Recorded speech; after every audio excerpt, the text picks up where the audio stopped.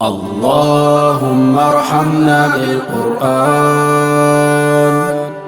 واجعله لنا إماما ونورا وهدى ورحمة. بسم الله الرحمن الرحيم. الحمد لله رب العالمين ولا عقبة للمتقين ولا عدوانا إلا على الظالمين، ثم الصلاة والسلام على أشرف الأنبياء والمرسلين صلى الله عليه وسلم الصادق الأمين. إخواني وأخواتي في الله أحييكم بتحية مباركة من عند الله ألا وهي سلام الله عليكم wa rahmatuhu wa barakatuh. Ndugu wapenzi watukufu mnaofuatilia Maalim Shabani popote pale mlipo, tupo katika mwendelezo wa vipindi vyetu, vipindi ambavyo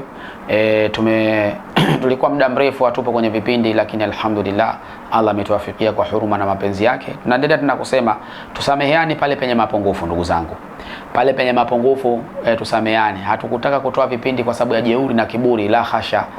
Ni hali tu ya mambo yametubana, wagonjwa, misiba, mambo mengi kwa kweli. Mara umekwenda huku unakosa muda hata wa kurekodi.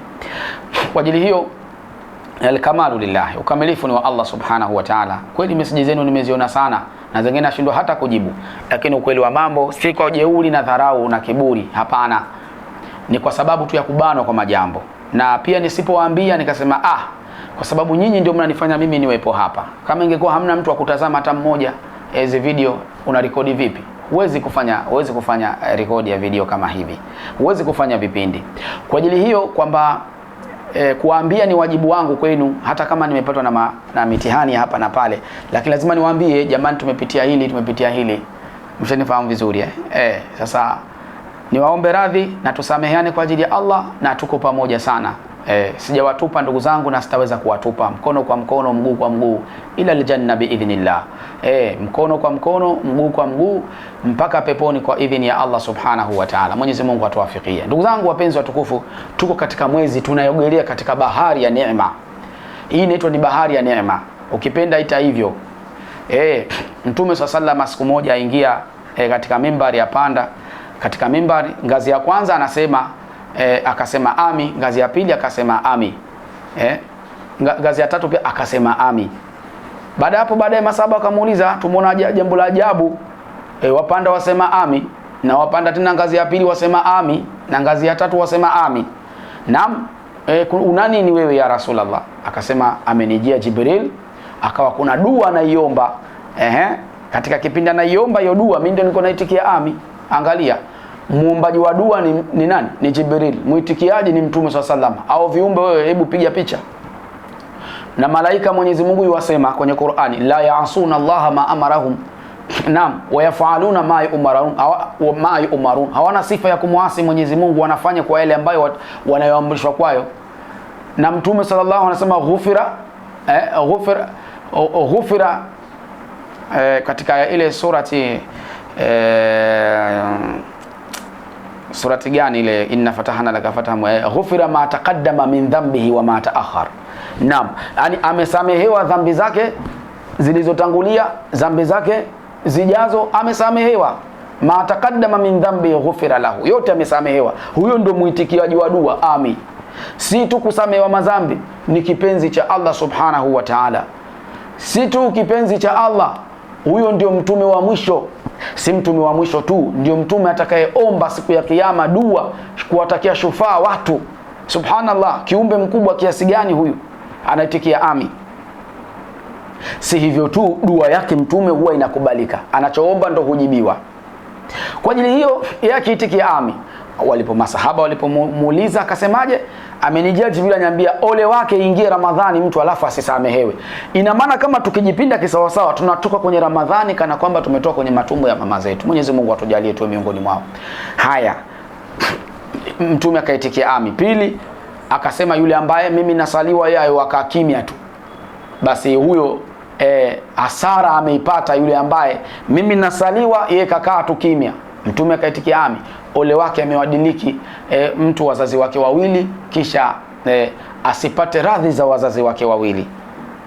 Subhanallah. Kwa ajili hiyo ndugu zangu wapenzi watukufu, tupo katika dimbwi na bahari la neema. Ndio kwanza tunaianza na ndio tunakaribia kuimaliza, kwa sababu kawaida ya jambo kishalianza ndio limeisha. Kama unavyoona jua tu likishachomoza, likifika juu saa 3 tujue ndio lishaondoka hilo, msubiri kesho tena. Kwa ajili hiyo tuwakumbushana katika kutoa sadaka, tuwaenzi, tuwakirimu, tuwafariji ndugu zetu wale ambao Allah amewapa utihani wa udhofu hali zao si nzuri, kwa daku, kwa iftari, tuwakirimu kwa hiyo hali. Mwenyezi Mungu nasi atatukirimu.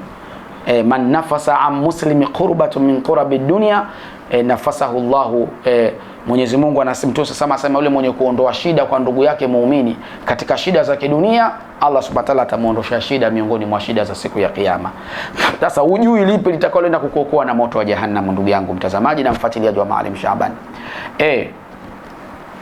Wale ambao tasadaku zao wanazo, basi tunaomba tuleteeni ili tuweze kuwatumia waja wa Allah wakaende kunufaika na daku na futari. Naam, na tuombe dua na tutie nia kwa vile tunavyovitoa viwe ni sababu, iwe ni kafara ya matatizo yetu, ya mashakili yetu, ya maradhi yetu, ya uchumi wetu na mitihani mbalimbali ambayo sisi inatusumbua. Ndugu yangu mtazamaji na mfuatiliaji wa Maalim Shabani, muda umekwenda kweli kweli. Niko nataka nikukumbushe haya, usijisahau. Una laki yako moja, toa 20. 80 baki nayo mwenyewe. Una milioni yako moja, toa 50,000. 950,000 baki nayo mwenyewe. Una chochote tutumie. Na sisi tumesema hatutaki lazima iwe hela. Hata kama mtu ana vyakula tuleteeni. Hata we kama una miogo, una shamba la miogo umelima, unajua pa kuipeleka tuchukulie roba la miogo tuletee. Wallahi tutawapa hiyo roba la miogo. Wewe unaona hamna pa kupeleka. Ukiniletea mimi, kuna sehemu nikitua tu. Ukifumba macho nikikwambia fumbua hamna kitu, watu washachukua futari yote. Inawezekana watu wewe huwajui. Allahu Akbar. Hii ndio fursa kwa mkulima alete chakula chake tuwapelekee wahitaji. Mfanya biashara wa duka tuletee sukari, tuletee maharage, mfanya wa genge tuletee hata viazi mbatata, vile vinafaa sana kwa futari vile. Naam, wewe una tambi, una kiwanda cha tambi, tuletee boksi za tambi. Una duka la jumla, tuletee mchele. Hatukusema lazima tupate pesa, lengo tupate chakula, wafungaji wapate kufarijika. Huo ndo mlengo wetu. Mwenyezi Mungu awajalie kila la kheri na awabarikie katika hayo. Nyuma kamera akisimama vema Habibi Suleiman ibn Sultani, na mimi ni ndugu yako Maalim Shabani kutokea hapa Maalim Shabani Dua Center au Ummu Shifa. Tuna la ziada. Tunawatakieni utazamaji mwema, Ramadhani Karim, Ramadhani Mubarak, wassalamu alaikum wa rahmatullahi wa barakatuh, ila liqa. Kile kituo chako pendwa cha tiba asili na dua cha Ummu Shifa chini ya Maalim Shaban sasa kinatibu magonjwa yote sugu ikiambatanishwa na visomo mbalimbali. Yes, Ummu Shifa wanatibu presha, matatizo ya kichwa, matatizo ya macho, kisukari, miguu kufa ganzi, kutoshika ujauzito au kuharibika kwa ujauzito, matatizo ya nguvu za kiume, nuksi, mikosi, mashaitani pamoja na vifungo vya uchawi. Njoo wewe na familia yako uondokane na matatizo uliyokuwa nayo. Kwa mawasiliano zaidi piga simu namba 0755782478 au 0717284242 na 0625575272. Ummu Shifa, ukipona wewe na taifa pia limepona. Wote mnakaribishwa.